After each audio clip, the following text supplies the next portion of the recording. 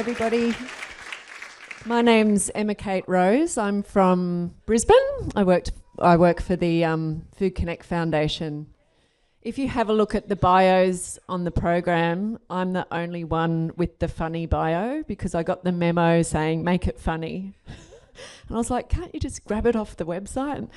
And anyway, it was a funny moment in the office, and so apparently I was the only one that got the memo and took it seriously. So welcome to Grounded Day 2. Before we start, I'd like to acknowledge the traditional owners on the land on which we're sitting today, the Malakadi people. Pay my respects to their elders, past and present. And also just to note that their land has never been ceded. And I think that provides us with a lot of opportunities to look at traditional foodways and regenerative agriculture and see where the two worlds can, intersect in more meaningful ways for all of us. And I think we've got a lot to learn from each other. So I'd like to welcome Nick Gill. He's come all the way from over the ditch in New Zealand. And I had a look at your winery website this morning, Nick. It's very impressive. It's now on the bucket list of places to visit. It looks fabulous. But Nick is a regenerative viticulturist and has achieved carbon neutral for his vineyard. And he's going to talk to us today about something a little bit different, regenerative perennials. But Nick, I think just before we go into that, can you just tell the audience a little bit about yourself, how you got into what you're into now? Was there an aha moment, or was this always your life's trajectory? And help us get to know you a bit better, and then we'll take the convo from there. Thank you. Kia ora koutou, ko Nick Takawingawa. So good morning, everyone. My name's Nick, and also like to acknowledge the Malakadi people and their leaders past, present and emerging. I've brought myself up here today with two hats. This is the hat I grew up with. I grew up on a farm in mid-north South Australia near a place called Butte, which isn't really on the way to anywhere. So a lot of you might not know where it is, like many places in the grain belt. And grew up on a mixed farm that was operating a lay farming system, rotating legumes and then hard wheat, malting barley, legumes and sheep all together, and went to the Roseworthy campus of the University of Adelaide to learn more how to do that. But by the time I'd finished doing that, a couple of things happened. China had developed a strategy for managing Australia's wool stockpile, so the wool prices crashed, and the particular type of wool that we had was worth about a third of what it was originally, so our farm was no longer an economic proposition. And I met my now wife Angela, who was in the wine industry and appeared to be having a hell of a lot of fun.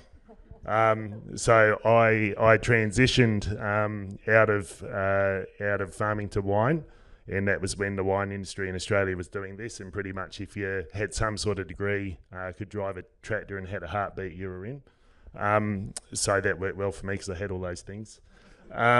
So got into that and cruised along, and after a while ended up managing really big vineyards, Penfolds in Seppelts in the Barossa, 1,200 acres of a really iconic vineyard. But things started to get a little bit uncomfortable.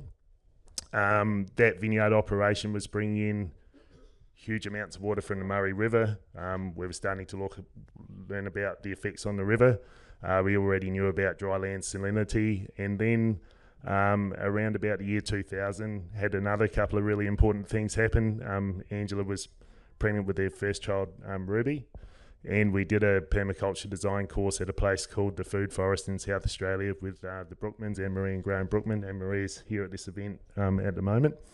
And there was a couple of important things that happened for us. Was Graham put up on the screen, he said, in the permaculture model you work with these things and identify your limiting factors and all that sort of stuff, and put up a soil profile in Australia, soil profile in New Zealand, rainfall in Australia, rainfall in New Zealand, stuff like that. And we became more aware of climate change. My brother was in Perth, and we're sort of starting to think, how long will places like that last for? So eventually, well, actually wasn't that long after that, we got the opportunity to move to New Zealand. And I, in my professional life, developed a vineyard, Greystone Vineyard, which is 50 hectares of about 7 varieties, vertically integrated wine operation. I spent the first 10 years as a viticulturist and second 10 years as the general manager. And we developed the food farm, which is a 16-acre permaculture model, growing most of our own food, not all of it, and also teaching other people how to grow their food. But I realised a couple of things when we moved to New Zealand. One thing is this fucking hat doesn't work. Because in New Zealand it rains and blows a lot. Like Tasmania's weather changes a lot. I'd say where we are it's probably a bit more so. And when it rains it blows, and this happens. And it was actually quite difficult because I grew up with this hat. You can tell I grew up with this hat. And I tried putting a string on it and stuff, and it just didn't work. So this hat went away, and I actually have never worn it again once I took it off. And I went to this hat. Yeah, well, these are just called bucket hats in New Zealand, and these are made by a company called Cactus, which operates and makes all their gear in New Zealand, so it doesn't go off to China to get made.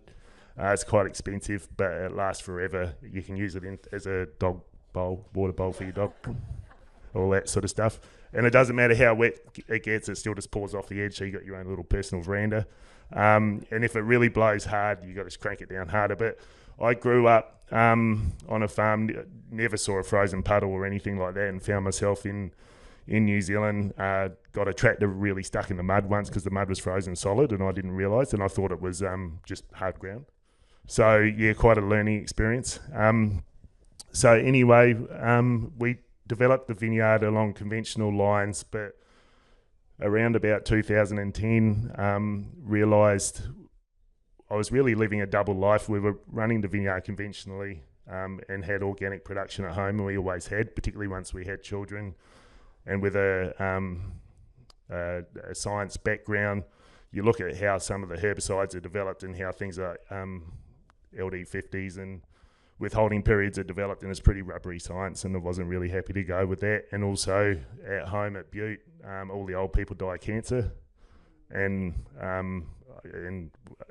with cousins born with birth defects and stuff like that, just decided chemicals wasn't for us. So we went to organic, but the vineyard was still conventional. So we were able to convince the owner that we'd go to organic. So that's what we did. And what I'm talking about today is regenerative perennials in an organic framework. If you're not organic, you've got things like Roundup and so on for terminal sprays, which is obviously super useful, especially at scale. But just a little sidetrack here. What I'm going to talk about is what we've done and what didn't work and what did work. But I think anybody that works in regenerative spaces will know nobody's going to sit up here and tell you how to be a regenerative farmer of vines or apples or whatever at your place, because it's so site and context specific that will never work. It would be a miss of me and disappointing for you. So I'll just share what we've done and what's worked. So basically when we went to organic, we sold the herbicide unit, which is generally what happens in row crops. If you go organic, you sell your herbicide unit and you go to cultivation and you cultivate the absolute living crap out of the vine row. And that's what you do. And we did that successfully and killed all the weeds.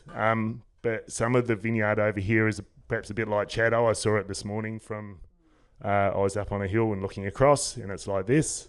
So we've got some vineyard blocks, you can only drive down them. You get at the top, you aim yourself up and you let it go. You're not going to get back up again, and then you go onto a gravel road to get back up the top. So we've got the soils in New Zealand often are quite loose and prone to dispersion, so when they get wet they move quite easily. We had tunnel erosion starting to develop down the rows, and every operator in the tractor in the vineyard had an experience where you got a 2-ton tractor, a 3-ton sprayer, everything's going swell, and then you realise that rut 10 metres in front of you goes through the row and you're going too. So you go too and everything ends up through the row, and usually to get that out you have to cut at least another row, if not another one. So we had to stop doing that. And about that time, Angela, who is involved with Eat New Zealand, started knocking around with regenerative people and said regen's the answer. She often tells me what the answer is, which is really convenient. Yeah, if I just did what I was told, things would go a lot easier. So regen's the answer, and man, it took me a long time to understand what regen is. For a fair while, for me it was, okay, this is permaculture at scale. And I think like now Regen's not even used as much in New Zealand, not sure about here, and maybe terms like agroecology and ecological farming and stuff like that. But, you know, in some respects it's easier not to give it a name at all and just call it really good farming. So at home on the food farm, we were running a CSA. We had a couple of La Ninas, which where I grew up, I never saw 25 mil in a rain gauge. Like, it just didn't happen. And then where we are now, sometimes you got to tip the rain gauge out and refill it. Also, you might not get any rain, but we're running a CSA and we had so much rain that a few times I had to dig a sump in the vegetable garden and put a trash pump in it and pump it out so that we didn't lose all the carrots, because we needed the carrots for the CSA boxes and stuff like that. So the Regen principles at home went to raised garden beds, no-till, planting lots of seedlings instead of seeds, and cell grazing, movable troughs, all that sort of cool stuff. At the vineyard, it's like, how are we going to do this? There wasn't very many regenerative vineyards or row crops to look to, and particularly in the organic space. There was one really big one in Marlborough, but they love chemicals. What about biodynamics? Yeah, biodynamics has a really big following in the wine industry, and some of the wines that we all love the most are biodynamic. But what I found with biodynamics is I love it, but I can't fit it in my brain.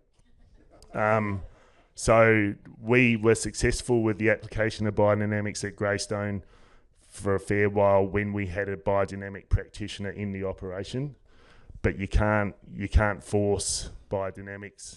I'd love to get more into it, but I just can't fit it in. And also my brain tends to be straight lines in science, and some of the other aspects of biodynamics I'm trying to work out how they work and why they work, when really it's better if you've just got someone who believes and brings the presence and does it. Yeah, which I'm totally up for, but it's probably not me. So we were trying to work on organic regenerative principles, and for us, we kicked them around. It took like a year to do it, because these things are really important. If you're doing these things on your place, I'd encourage you to take the time to really get these founding principles for you up. And if 3 or 4 years ago, if you Googled Regen principles, you'd probably get just 5, and they were pretty consistent, and now they change a lot, which is great. That's how it should be. But for us, it's maximising diversity, and that could be in the cover crops, with animals, what systems you're using, and really importantly, people. We're dominated white fellas. Like, honestly, the 3 senior leaders in that company, I left it in September, we all look like that. We've all got a bald head and a fucking beard. And it's just like, oh, yeah, we try, yeah. It's actually really hard to change diversity. It's one of those things you can't, if you push it, won't work and doesn't feel right. So how do you attract it? And that's another conversation. And then you get all these people with different experiences and different solutions that will think outside the box, because the last thing you want to do is be stuck in the box, because it just isn't going to work. So diversity, maintaining living roots, and minimising soil disturbance, which is one of the really big challenges when you're organic, because you end up having to be relying on soil disturbance. Minimising chemical inputs, which isn't too bad for us, because our main issues are powdery mildew and botrytis, so we're using sulphur for powdery mildew control and biologicals for botrytis control, using antagonistic pathogens and lots of sunlight, lots of wind. And finally, integrating animals, which is really important. So to start with, we stopped the undervine cultivation, and of course immediately the undervine erosion issue stopped, and we had to fill in the ruts. We literally had to get a bobcat or something in some places and fix them. So we stopped the erosion.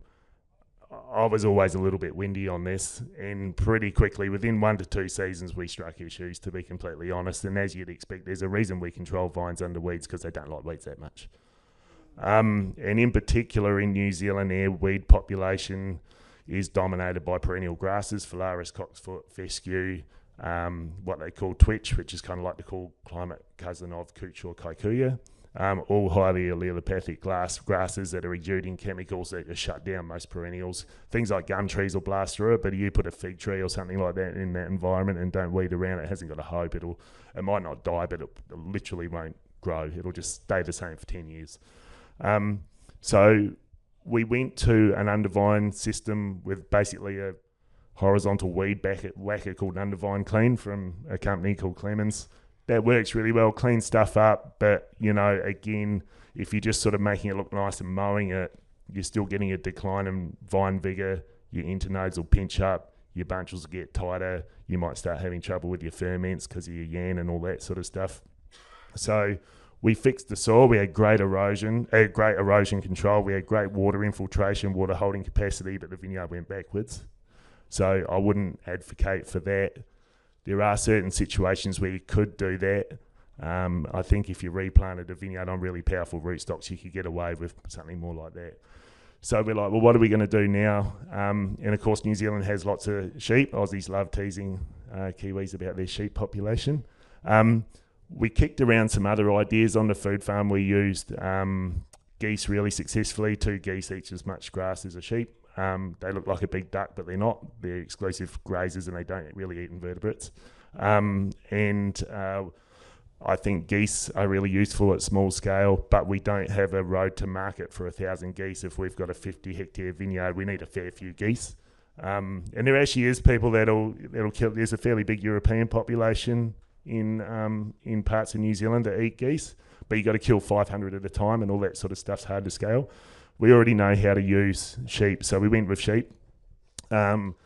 And so so it's quite common in New Zealand vineyards, I'm not sure about here now, to use sheep in the vineyard during winter, and you put them in after harvest. You graze often the vineyard's charging the farmer quite a lot of money, like 50 cents a week per sheep or something like that, because grass doesn't grow in the South Island in New Zealand. Generally it's too cold, so grass is in short supply.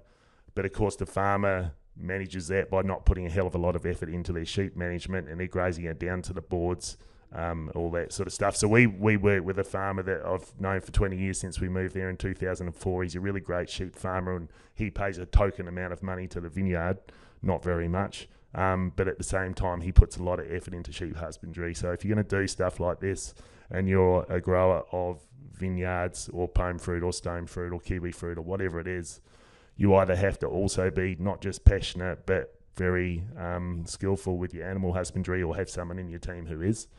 So we have people in our team who are passionate about wine but either grew up on sheep farms or know a lot about sheep management, because sheep management in that environment, if they're conventional sheep and you got all the dipping and fly requirements and that sort of stuff in an organic system, it's quite a lot to manage. So sheep would go in the vineyard during winter and control the sward really well, but how do we do that in the summertime? We actually put them into the vineyard post-Christmas in January, when the berries are at pea size, to pluck the leaves. So we have to get leaves off the fruit zone in the South Island to get enough light onto them. Everything's pretty much tight. There's pea tightly trimmed. We have to maximise sunlight interception. So we will use sheep for that, but if you bugger it up, they'll eat your fruit really fast. And some people are doing it at scale. Like we run 600 sheep in, and we'll put them into a block for 24 hours and take them out. It's really important stuff to know about things like that is if the sheep go in when they're thirsty and the water's at the other end, they'll start eating grapes. So make sure they've had a big drink before they go in. And the thing, like if your mid-row sward looks like this or looks like this, they generally will eat that before they go for the leaves. They do quite like eating leaves, but if they haven't been trained to, they naturally eat grass first before they look up. So we were trying to develop a system where we could use the sheep and graze regeneratively with kind of pulse grazing, not have them eat the grapes. So if you Google that, you hit a few things. One is what we call the Hannibal Lecter mask. So someone's actually built a mask you put on a sheep. I think it was the CSIRO, I can't remember. And when the sheep's got its head down, it can eat grass, and when it puts its head up, this kind of slide comes down over its muzzle, and it can't eat the leaves. Actually, sort of makes sense from a mechanical science point of view. Didn't sit well with their values, didn't think it would look good on Instagram. And a whole heap of problems. Like, to be honest, even in that environment, you'd probably get fly strike where the belt goes around behind their head, like, just no. And then there was another one, I think it has been used in Australia as well. There's sprays you can put on the canopy of plants to make them unpalatable to sheep, and you train the sheep that you don't want to eat this plant because it tastes bitter and horrible. But if you've ever watched a mob of sheep, there's always some cranky old girl that keeps trying. and she'll work out when that spray's come off, you can eat it, and then they'll all be into it. So didn't want to do that. Electric fencing's the obvious other one. All the electric fencing in the world originated in the Waikato in New Zealand, so we've got access to amazing electric fencing systems. But high value viticulture in a cool climate's already a really intensive spot, and if you start putting more systems into it with electric fences, shorts and all that sort of stuff, that seemed like a mission. So we thought on this for probably a good 6 months, and the vineyard team at the time decided to just raise everything up. So that's what we did. So if you're here to listen to what I think the future is, it's getting your perennial crop up high enough, if it's a perennial crop in terms of a tree or a vine, that you can graze under it and use regenerative grazing practices underneath. So at the same time as we started doing that, we went on the carbon zero mission. There's a few reasons for that. One is we're always looking for the next thing. And Greystone sells about 30% of its wine in New Zealand, 30% in Australia, and the rest is exported. One of its biggest markets that's growing the best is the Nordic countries, which for us is Sweden and Norway. We wouldn't even be in Sweden if we weren't certified organic, but the other thing they want to know is what are your regenerative practices and what are you doing about carbon? So we got into that. So the organisation is certified carbon zero, not the wines.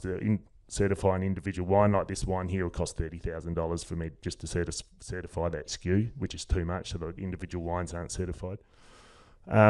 So then we started looking at how's their time going? Oh yeah, at carbon, and the vineyard's planted with 2.5 metre rows, so 10,000 divided by 2.5 is 4,000. So we've got 4 kilometres a row per hectare. We've got 50 hectares. So every time we drive through the vineyard, it's 200 kilometres on a tractor, and we drive through it 30 times. We drive through it about 15 for sprays, which are mainly for powdery mildew. If you weren't certified organic and you're using systemic sprays, that would be less. But a lot of those sprays are actually passes a sward management, doing undervine weed control or mowing and stuff like that. We have a lot of frost. In 2020, we were -4 in November, so we have to do everything we can to reduce frost, and one of those things is keeping the sward low. Otherwise, the cold air tends to sit on top and brings it all up. So we went into a 1.5 hectare block of spur prune Pinot Riesling, and after a lot of talking and coffee and scribbling on whiteboards, we cut one arm off. We cut the cordon off, and then we got it and we just cranked the other cordon. We just pulled it vertical. And then we wrapped the new cane down onto one of the spare foliage wires we had at 1.65 metres. So almost all of New Zealand is running a VSP system. And the model is you have the fruit or cordon wire at 0.9:1. You've got 3 sets of movable foliage wires. You put everything in there and you just trim anything that pokes out, you trim it off. Basically, it's kind of bogan viticulture. It's not that hard. So we did that. We lifted it up and put them back. We put them to spur. We find spur pruning is better able to cope with the climatic issues. Last October, and one of the anemometers on the vineyard hit 196 kilometre an hour wind speeds before it destroyed itself. So we've done 200. That's not a cyclone. That's just a nasty wind. And that happens when there's a high in the Tasman between Australia and New Zealand, and a low off the east coast of New Zealand, and it rushes from high to low, dumps like a metre of rain on the west coast, and then it comes down off the Alps towards us. We've got a rain shadow, incredibly destructive winds. We're trying to work out what will be resilient in the future, and we put the grapevines up high, spur pruned because they're more resilient, and then we put the sheep under. We got a flock of, I think, 70 sheep, and we got a little runoff paddock for them. And the viticulturist at the time was calling it grazing 365 or something like that. And I said, we don't want to call it that because we're not going to leave the sheep in there, like which in New Zealand is called set stocking, because that's got all the bad outcomes. They're just going to preferentially graze, leave all the thistles, compact the soil, aggregate around the water, all that sort of stuff. So we pulse them in and out, try to graze, down to half, take them out again. And what that's doing is they're managing the mid row, they're managing the vine row, they're eating all the water shoots, which in New Zealand we can get a lot of water shoots, particularly in a frost event. It costs you 5 to 10 cents per vine to take the water shoots off in contract rates. And then as the vines come down off this high, which is basically started off as an Aussie sprawl, they're tipping them. and we've gone from 30 passes with the tractor to 15 and cut all that diesel out. So that's pretty amazing. And it's easy to cut diesel out of systems, or like when we stopped cultivating the vine row, had a great soil outcome but a shit vineyard outcome. It's actually working pretty well. So you cut the passes out by grazing instead of doing whatever you're doing with the tractor? Yeah, that's right, because we weren't using herbicides, so we were went to undervine weed management. In that particular block, it's so wet, we get reeds in the vine row, which they're really hard to manage in a vineyard. But if you graze things like that well, and you get all that grass growth, it blocks the weeds out. So the reduction in passes was no more mid-row mowing, because in the springtime we have to mow probably every 10 days because of that frost risk. No undervine weed management at all because the sheep were doing it. And from a human and cost point of view, we don't have to do any water shoot or trimming management. So that was great from a carbon point of view. But we found, now we're going to go into winemaking a little bit. The wine in the first year, it was okay. Definitely tasted like wine. But it wasn't what we need. Like for this sort of high value model to work, our cheapest bottle of wine from Greystone is $26 a bottle, and the most expensive is $130. They're expensive wines with proper storytelling behind them, and we're advocating people to have them as a special occasion wine and hopefully remember a visit to the vineyard or a visit to New Zealand or someone they know and connect really intimately with it. So, it is high value viticulture and high value wine, but what do we do next? So then we went to, we got these big heavy tractors, and we had to replace some of them. So we went to Fence, which anybody that knows are incredibly expensive tractors. They're so expensive, like just the smallest Fence, like $160,000. I can't believe how expensive they are. They are really efficient in terms of diesel. They were about 30 to 40% better than the other modern tractors we were running. And they've got a lot of ways of running gear, which is great. So if you like gadgets, that's fantastic. I don't really. So that was a win. And then we sort of ran out of innovation. Some of the things that we've done so far is we've experimented with drone sprays for the early season canopy sprays. That's working quite well.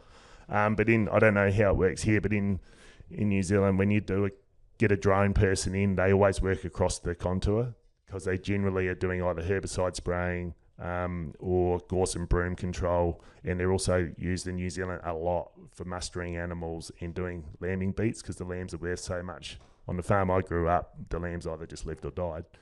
There they do 3 or 4 lambing beats a day.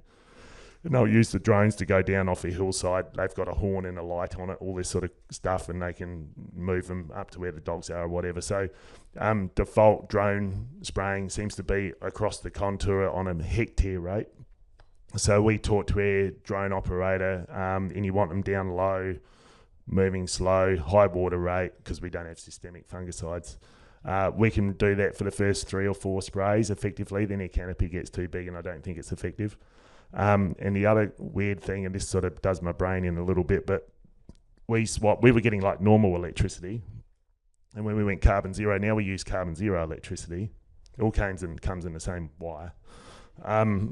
But it's electricity from the hydro systems, which is classed as carbon zero. So we can do our first 4 sprays with a carbon zero drone. We don't currently own one, but ideally you'd own one, and they just literally bring themselves back to the truck and you refill them and off they go again, and you're charging it with carbon zero electricity.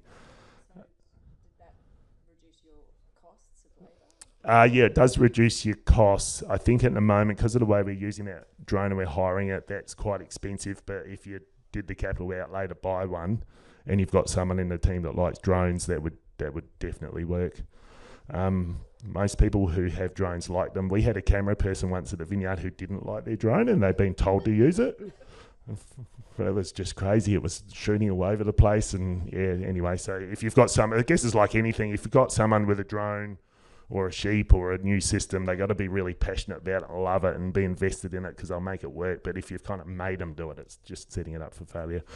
But so what we do was also inspired by a guy called Kelly Mulville at Pacinas Ranch in California. So he's running a similar system in a really arid environment. He's been to New Zealand a couple of times, and his system doesn't translate easily to our system because we're quite different environments, but it would translate really easily to most of Australia's grape growing regions. And the other thing that fits in is what do you do with the sheep? Because you got these sheep, we've got access to 600 to 1,000 sheep that we can pulse in and out, and then we've got 60 to 70 that we have ourselves. So we're very fortunate, and it's probably happened here as well, but most of New Zealand now, abattoirs are managed by massive units that are doing hundreds of sheep an hour. And you can take 3 sheep to one of those and they'll give you 3 sheep back, but they're not your 3 sheep. So it's just luck rather than skill that we're really close to a family abattoir that's still running, and we can take 3 or 5 sheep there of air sheep that have been grazing in this system, get them slaughtered. I pick them up and sling them in the back of the ute and put a towel over them and race back to the restaurant. Nobody seems to worry about it. And then we don't need to go into the details. And then the chefs, we've got great chefs who can do nose to tail, and they know how to break an animal down and use it all. So that's awesome. So if you're going to do something like this, and for me the answer to regenerative perennials is incorporating animals in a way you can use them and have your perennials and your animals operating regeneratively. You've diversified your income streams. Where we are, if we have a crappy year, it's because it's cold and wet. The sheep farmers have had a great year. If they have a shit year because it's a drought, we've had a great year. So run both games, and then you have a bite at both things. But yeah, have an outlet or something to do with your animals that you're working with. What else have we got here?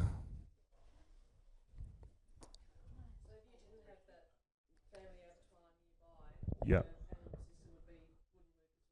It would work as well, but you wouldn't get the benefit. Oh, sorry, yeah. If we didn't have the family abattoir nearby, the system wouldn't work as well. It would agronomically, but you wouldn't have So we get a sheep. If we sell one of those hoggets on the market, we get $130 to $150. And if we buy one into the kitchen as a whole animal, it'll be about $250 to $280 as a whole carcass. But we can get a $150 one and get some bunny like me to run it up there in the spare time, and then it comes back into the restaurant and then gets broken down into around about $1,000. So you just get a higher return. It's your animal. You've got the story. You can take people out and they can see this system, which is working. I think it's working quite well. There are only observations at the moment telling me that it's working well. It is working well from a wine point of view. So we were struggling a little bit for sunlight interception. So we went to wide teas, which I worked at Baruga Vineyard in the, 90s or something. It was the biggest Chardonnay vineyard in Australia, and wide teas were the thing then for high yielding grapevines.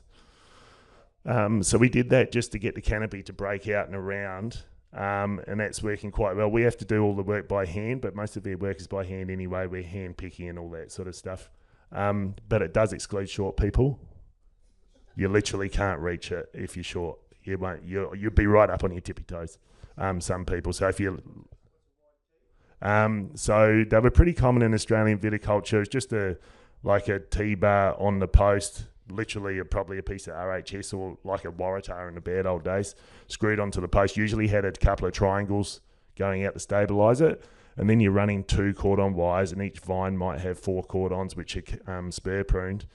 And you're like super high irrigation, and you might be cropping at 20 or 30 tonnes a hectare for like Lindeman's Bin 65 Chardonnay, something like that. We used to machine harvest it into a truck, fill it up with Murray River water so I wouldn't slop it, and send it to Great Western. Great. So the wide teas help to spread everything out a little bit, but you're still doing a lot of handwork. And then we've tried to get New Zealand wine interested in this, because if you fly over, 85% of New Zealand wine is Sauvignon Blanc grown in Marlborough under really intensive systems using shit tons of chemicals, shit tons of water. Like in the VSP system, you can literally over-irrigate and then just cut the shoots off, and that's what people are doing. If you ask a lot of those guys how much water they're using per hectare, they've got no idea. They're not even measuring it. We don't have to pay for water. So once you've got a water consent, you can just knock yourself out. But that's not going to keep going like that. And also the water's getting all these other issues in it. Like we don't have salinity, we've got nitrogen and phosphorus in levels that are dangerous for humans for sure. Haven't the government done something about that recently? Yeah, they are, but it's like a legacy. Like people were getting weird cancers in certain, I won't name them, certain dairy regions decades ago, and consultants were noticing it. And sure, it's getting better now with farm management, nutrient management plans and stuff, but how long does it take for that to alter the groundwater? Maybe it'd be good if it did it in 50 years. It might take 100. I have no idea. So I've lost it now. Where were we up to? The wine. Oh, yeah, the wine. We're talking about wine quality. So, yeah. So my vision for this is NZ wine. Why don't we get large tracts of New Zealand vineyards under this system? And they haven't really been that interested. We're starting to get a little bit of traction now. They have a research arm called Brigado Research Institute, and that's starting to get interested. But they're only interested if they can do everything with machines. Like the Sauvignon Blanc you buy in a supermarket has never been touched by a human hand. Like it's just everything's done by machines. But what I think we could do, and I really can't see why this wouldn't be possible, is you just go to a super VSP system. So you put the cord on at 1.6 metres, you use 3 metre high posts, and you just put everything up high. The harvesters we use, whether they're planks or broads or whatever you want, they can all stand up super high and just run everything high. So if I was going to plant my dream vineyard now, we'd go to subsurface irrigation. We couldn't use subsurface a few years ago because of root incursion, and drippers have treflin or trifluorine impregnated in the drippers to stop root incursion, but now they found a little strip of copper does it. So the last few vineyards we've planted at Greystone have been subsurface irrigation systems. You don't get any evapotranspiration, you don't water the weeds, just got heaps of advantages. But the other thing is sheep can go across the vineyard, because when you got drip lines, it's kind of making a fence. And this farmer we work with is awesome, and he's trained his dogs, because Kiwis have heaps of sheep dogs. He's got different whistles, of course, and he sends them down, and then he can send them across the rows. Because when you're trying to muster a big mob in a vineyard and you've got your dogs running up and down rails, it doesn't work. So he sends the dogs out, and then he's got his whistle left or whatever it is, and they go across the rows, and he does another whistle, and then they head straight down the row. So you've got to be able to work with stuff like that. So he's doing his lambing beat in the vineyard as well. Talking to the New Zealand wine industry about that, if I was going to plant another vineyard now and it was kind of commercial regen, I'd go subsurface irrigation, big high posts, and I'd just run a VSP system. But instead of, at Greystone, our traditional cordons here, and then you've got VSP going up to about here, nearly 1.8. And in the high wise system, we've got now the high wise here, and it's got a T flopping over. But there's nothing to stop you doing a cordon here and then just having VSP up here and using a 3 metre high post, because we use them in the deer industry anyway. And all of the equipment we've got will easily stand up that high. It doesn't care. And in that respect, at the moment, if you fly over Marlborough, you've got 85% of New Zealand's wine in very fast draining soils, having huge amounts of water applied to it. And you've got a 1 metre dead strip underneath, which is just kept dead with a combination of glyphosate, glufosinate and residuals. And then you've got the sheep farmers are really starting to struggle, because the red meat industry's crashed because the Aussies dumped all their lambs on it because they thought they were going to have a drought last year and they didn't. I don't know what happened there. That's what we were told. And China's not buying as much meat and they're running out of feed. So we've literally got vineyards with thousands and thousands and thousands of hectares, burning diesel to mow grass, and then up on the hill there's all these hungry sheep. It's like, what the fuck, can we not get this to work better? So it's finally starting to get some traction, but I think it shouldn't be limited just to vineyards. Like, there's nothing to stop you doing it in stone fruit, pome fruit, pip fruit, even kiwi fruit. Kiwi fruit is really reliant on chemicals, a little bit more tricky in terms of animals, because where they grow kiwi fruit, not an easy place to grow sheep. And when kiwi fruit canopy out, it's dark underneath. But I'm sure there's a grazing animal that'd be happy under there. Peter Yearland's used guinea pigs for a while because they eat quite a lot of grass, but the eagles keep eating them. But, there's nothing to stop you doing stuff like that. Or maybe there's a native animal here. Yeah.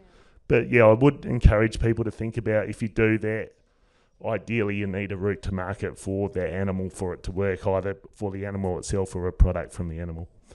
And just to finish, I wanted to talk about regenerative winemaking. So how do you get a process which essentially takes sugar and converts it to carbon dioxide and alcohol and make it regenerative? We haven't worked that out. And regenerative winemaking is a real tricky one. We're starting to feel more comfortable talking about regenerative wine growing, but winemaking not so much. But that's why I put it up here. So this wine here, I think the way we've done it is it's probably the mindset you approach your winemaking with. And this particular wine we've been doing since 2012 and making it as an individual wine since 2016. So we handpicked the Pinot, we put a destemmer over the fermenter in the vineyard, and we just destem straight into the fermenter. We let it ferment in the vineyard with no intervention whatsoever.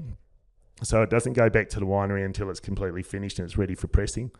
We originally did that because we wanted to use native yeast in the vineyard for the ferment, but what we've found is if you really just let nature do the winemaking, you might make the wine in 3 days or it might take 3 weeks. We've had some summers where we never got even close to 30 degrees and other times it's really hot. And when you show winemakers that or wine reviewers, they kind of freak out and go like, but how do you do this and how do you do that? And the answer is you just don't. You just don't.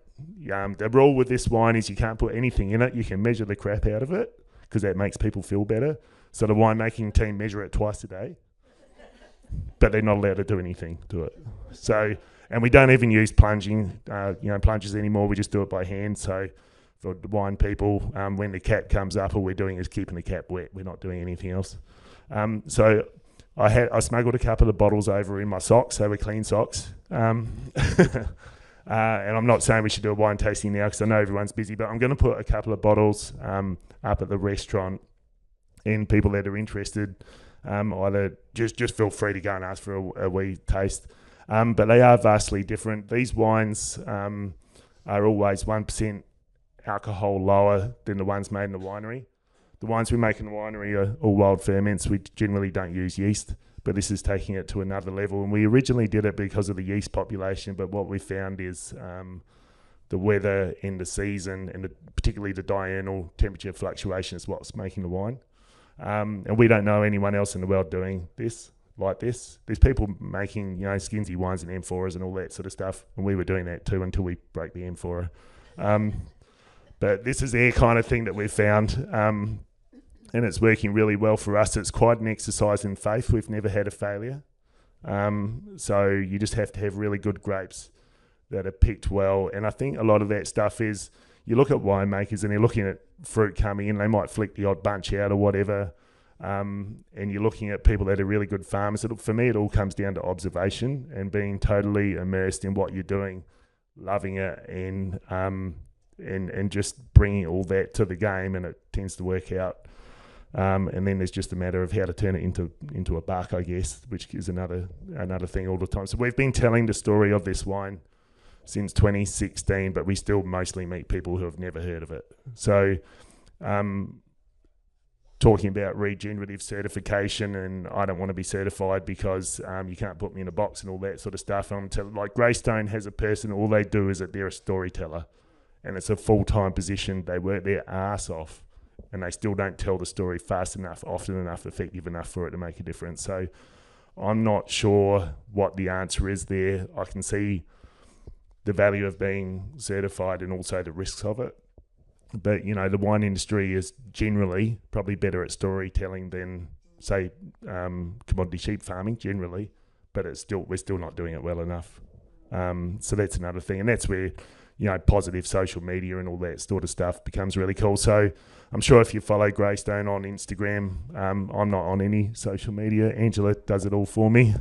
But you'll see at the moment, the high wire vineyard, there'll probably be a picture of a person standing there with your typical multi-species crop with radishes and that sort of stuff flowering in it. We use a lot of daikon radish because it's got a big taproot that punches down into the soil, and then we just let it rot away.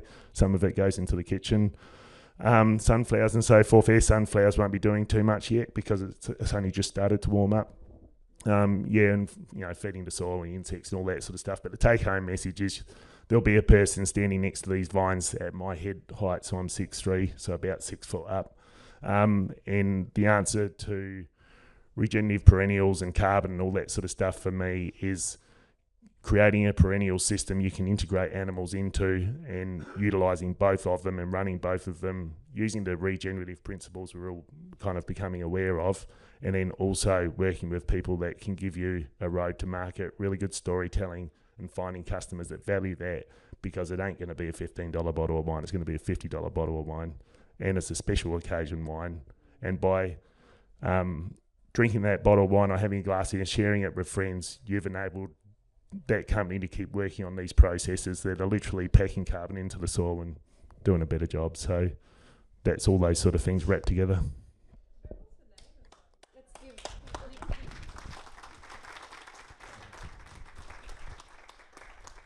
Just a question. The name of this wine's the Vineyard Ferment. And what we've done now is each year we invite a local artist to come and sketch the vineyard. And they're all turning out like super similar or looking like that. And I want a brain explosion, ideally. So, yeah, they need to go a bit wilder. But this one was this person made charcoal from the grapevines and then spent a day or two staying up on the top of the vineyard, and that's what they sketched. So then, ideally, over a series of years, the labels were all the same to start with, but what we'd like now is if you look at a vertical, all the labels will be different, but hopefully represent in some way what the season felt like. So, I mean, it's amazing what you've done, and you mentioned that there aren't a lot of others doing similar things around there. So have you thought of engaging with, a local university or research institute to measure the impacts that you're creating? Yeah, absolutely. It's been funny. It's taken a while to get some interest, and it's probably not a reflection so much on people being interested in it, but the funding of science in New Zealand, where, scientists have to be applying for funding, probably 5 of them while they're running one at the moment, and that one's needs a report, and then they're running all these others and stuff, and they don't all stick. So we're starting, so you're right. Like, I would love to be able to show really clearly the benchmark soil tests, and as it's grown, Greystone's running on the bones of its ass for this. Like, we've done it, on the smell of an oily rag, and we don't have great data, but it's coming. So we have finally got engagement from one of the Crown Research Institutes who's going to come and help us with it. And we also, the other thing with this is when we started it, it's both the regenerative grazing system we're using and the vineyard ferment is a USP. If you look on any winery's website, someone loves wine, loves soil, did this, did that, decided to make the best wine they could, blah, blah, blah. We've all done it. Like, this one here is really the unique selling point, and also being able to graze under vine, and we tell anyone who asks about it. We're not holding it as a competitive advantage, we're just sharing it as fast as we can. And I'm hoping that by that, we do now have some interest in research for soil characteristics and so forth, and also it's coming from the sheep industry, because they see it as a way of making sheep farming more resilient, because it's on its knees at the moment in New Zealand. It costs more to get the wool off than you get for the wool. So questions up the back, and if you can just paraphrase.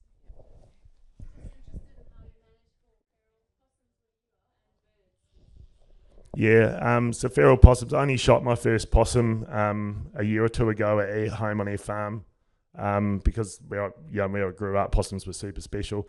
Possums aren't a problem in vineyards generally, but we have... Did you have tuberculosis here, TB? Yeah. Not in Tassie. Yeah, so TB was a pretty big pain in the bollocks in North Canterbury, so the government was running vector control. So a lot of possums were trapped around the place. Birds, they're a nightmare, and I hadn't had a lot of experience with bird netting, so we have to net everything rigorously. The nets are another story in themselves. So we use lockout nets. We go across 5 or 6 rows, and we go from ground to ground. You lock it all out, and you can't...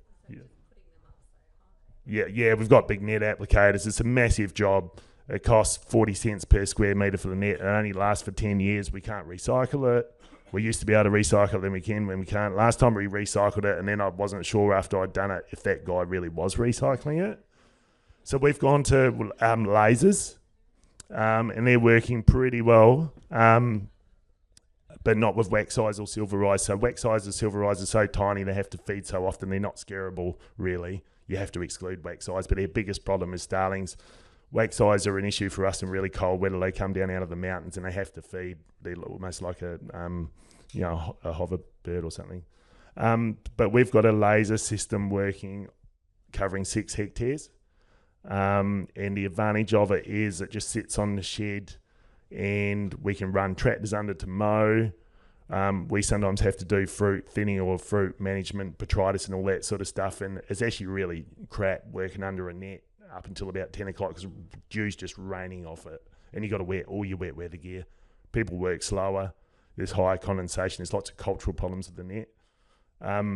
But with the laser, it keeps the starlings out, but we have to put signs up saying this vineyard is being protected by laser. Don't go into laser. It doesn't look very regen.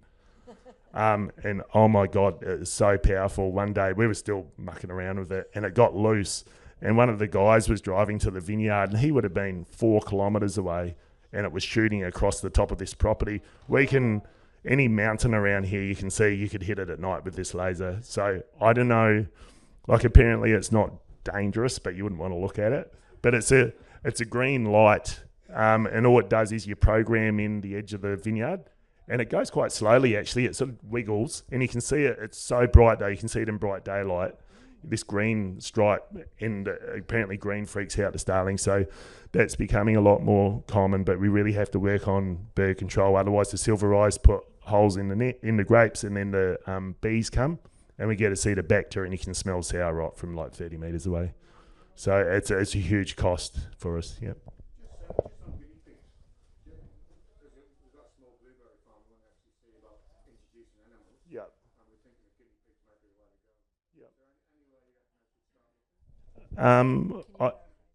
So just a question about a blueberry farm and managing the sward with something like a guinea pig.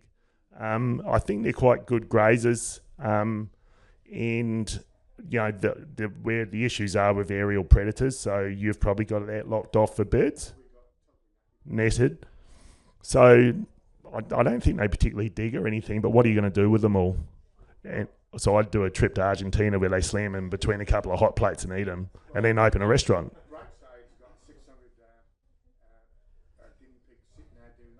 Yeah. Yeah, because you like with any animal, you get dead ones and live ones, and they breed pretty well. My understanding of guinea pigs. So unless you're going to set up some sort of epic mail order system for pet guinea pigs, roast them on a stick. It's a thing. Yeah, I don't know that I would.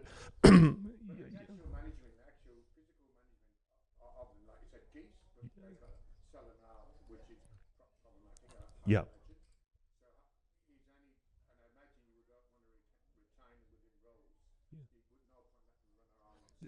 No. Yeah. Yeah. So you want to have a grazing system with them. For guinea pigs, no, but I'd suspect they'd work all right with it. Like most of the regen systems I know with grazing animals rely on electricity, and I don't see why it wouldn't work with guinea pigs. They got that cute little bare nose and then good earthing feet. So that's why pigs are so good with electric fences. We struggled. We even used electric fences with geese, and that worked generally pretty well if you're just running really high voltage. But yeah, you're on it. You just got to be able to rotate them around. And is poo an issue with, you know, from your food safety regulations? If there's guinea pig poo on the ground and the blueberries are up here, is that all right? But yeah.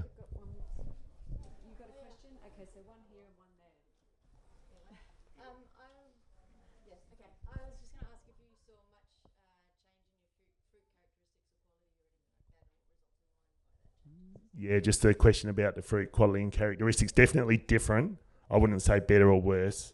So again, similar to this, fermenting at lower alcohols, generally a lighter wine because we're not getting the sun exposure. But this system takes away all the rigid parameters of VSP and it allows the grapevine to express itself more naturally. So we've got Pinot Riesling in it. Our Pinot clones are quite floppy. Our Riesling's quite upright. If you put Sauvignon Blanc in it and standing straight upright. So you've got to start working with the natural characteristics of the grapevine that you're using, and it is going to change the wine characteristics and so forth. I don't believe they're going to be better or worse. They're just going to be different.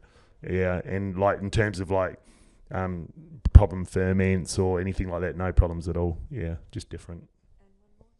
Just a technical question about how do you ferment it in the vineyard? In what vessel is that? Do you pick it and leave it in the tub? Yeah, just the question about what we're fermenting in. We use the most unsexy fermenters. They're usually 2 to 3 ton plastic tubs. Yeah, and just because we can move them really easily, and we put them in the vineyard to get them out. And if you're using like a concrete or a stone one that weighs a ton, we're only in a 2.5 metre row. We can't get enough horsepower in there to lift it all in and out. So we experimented with kind of a version of underground, but without the diurnal temperature fluctuation. The winemaker didn't like it as much. So we're just using standard winemaking fermenting tubs. We've got a mobile destemmer that runs off a 2 kilovolt generator, 2 kVA generator, and we've got a hand picking crew of 20 people. The buckets, as they come in, are just going straight into the destemmer. We don't use much whole bunch, destemming straight into the fermenter, and then we just pack it all up and we walk away. We leave it open unless it's going to rain. We put a cover on to keep the rain out. And if it's windy, we call it a shower cap. It's like a cloth cap on it. But a lot of the time it's open. We don't have like lizards and things like that to get in there. So it's open a lot. Yeah. And it's open near a walking trail when people walk past it. And I often wonder what they think. But So you native folks come Yeah. add any other PMs or factory generators? no, we don't. No, they just try to have really good grapes and they'll do themselves. No, we don't pick them because they need natural acid because we're not doing any acid adds. So we pick them at about 22 bricks, which we work in bricks, not bone made, if that makes similar, probably 13 bone made, something like that. And our TAs are quite high, like we're sort of close to 8, and pHs will be, I don't know, 3, something like that. Yeah. They're the type of things we'd start measuring them if we had a problem with a lot of ferments, but we don't, so we don't measure them. Yeah, and we don't add urea or anything. No. Yep. I'm stealing the mic. Nick, are you available for a chat afterwards outside the tent if anyone's got more questions? And the wine's going to be at the restaurant. Can we put our hands together, please, for Nick?